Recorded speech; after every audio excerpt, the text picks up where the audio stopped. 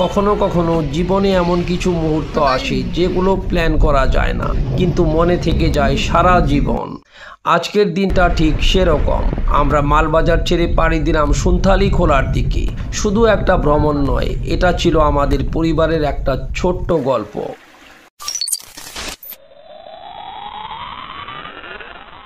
সকালে হালকা ঠান্ডা, গাড়ির জানালা দিয়ে ঢুকছে পাহাড়ি হাওয়া। আমি, আমার মিসেস আর ছেলে, আমরা তিনজন, আর আমাদের সাথী ড্রাইভার দাদা। এই যাত্রার শুরুতেই একটা অজানা উত্তেজনা কাজ করছিল, যেন পাহাড় ডাকছে, জঙ্গল অপেক্ষা করছে।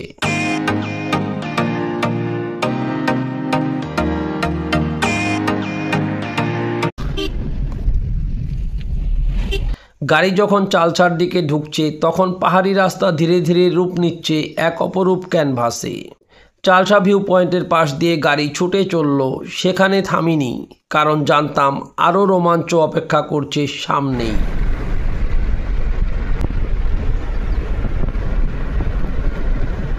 মিতলি টি স্টেট, এক নাম হাজার গল্প। এখানে থেমে মানুষ ছবি তোলে, রিল বানায়, কিন্তু আমরা শুধু চা পাতার সুবাস আর প্রকৃতির ছোঁয়াটুকু গায়ে মেখে এগিয়ে চললাম আরও গভীরে।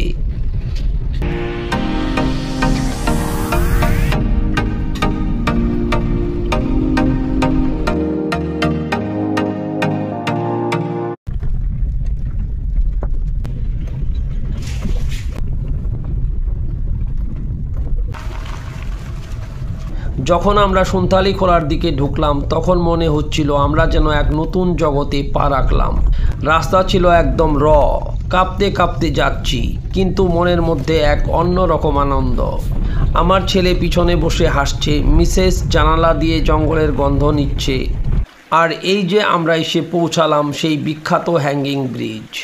নিচে ছোট্ট পাহাড়ি নদী, চারপাশে জঙ্গল আর পাহাড়ের নিঃশব্দ উপস্থিতি। এখানে দাঁড়িয়ে যেন পুরো পৃথিবীটাই থেমে যায় কিছুক্ষণের জন্য।